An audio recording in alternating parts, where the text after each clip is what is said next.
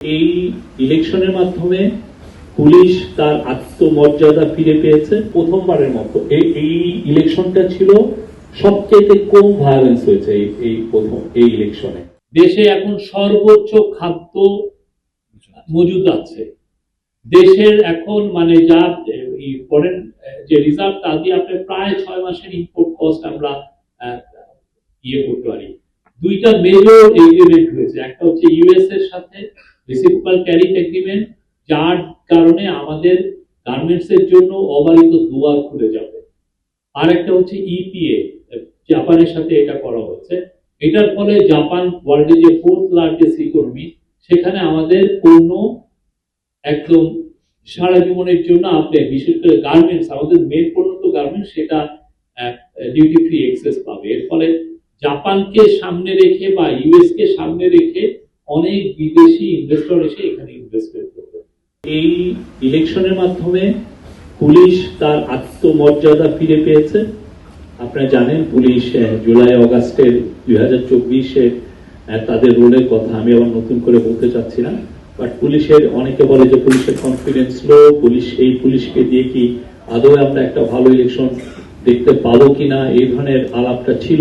কিন্তু আপনারা দেখেছেন যে তারা যথেষ্ট ভালো রোল প্লে করেছে। এই ইলেকশনের মাধ্যমে প্রথমবারের মতো একটা টেকনোলজির খুব বড় একটা ইউজ হয়েছে। বডি অন ক্যামেরা, মূলত চিফ অ্যাডভাইজার নিজে পুলিশ হেডকোয়ার্টারে বসে 1.5 ঘন্টার মতো উনি অবজার্ভ করেছেন, বিভিন্ন 13টি কেন্দ্রে উনি কথা বলেছেন। এটা 17টি কেন্দ্রে উনি কথা বলেছেন। এবং এই কানেকশনটা এমন না যে আপনার ঘন্টা করে, ওই সাথে সাথে ধরা যাচ্ছে। আশা করে যে এটার আরো যখন বিস্তৃত ডেপ্লয়মেন্ট হবে সামনের ইলেকশন গুলো, এটা আরো ভালো রেজাল্ট দিবে। তারপর সুরক্ষা অ্যাপ ছিল, সেটা ল এনফোর্সিং এজেন্সি গুলোর মধ্যে এবং ইলেকশন যারা কন্ডাক্ট করে তাদের কোঅর্ডিনেশনের জন্য সুরক্ষা অ্যাপ খুবই ভালো কাজে দিয়েছে আমি বলবো। আর একটা হচ্ছে সিসিটিভিও খুব হেল্পফুল ছিল। প্রফেসর ইউনূস প্রথম থেকেই বলছিলেন যে ইতিহাসের এটা একটা সেরা ইলেকশন হবে, এবং সেটাই হয়েছে, এবং এটা একটা স্মরণীয় ইলেকশন হয়ে থাকবে। প্রথমবারের মতো এই ইলেকশনটা ছিল সবচেয়ে কম ভায়োলেন্স হয়েছে এই ইলেকশনে।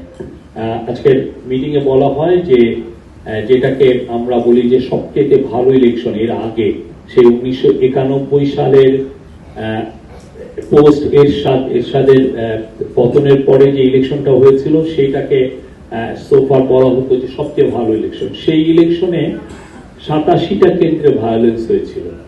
এবার যেটা হয়েছে খুবই মার্জিনাল, খুবই কম।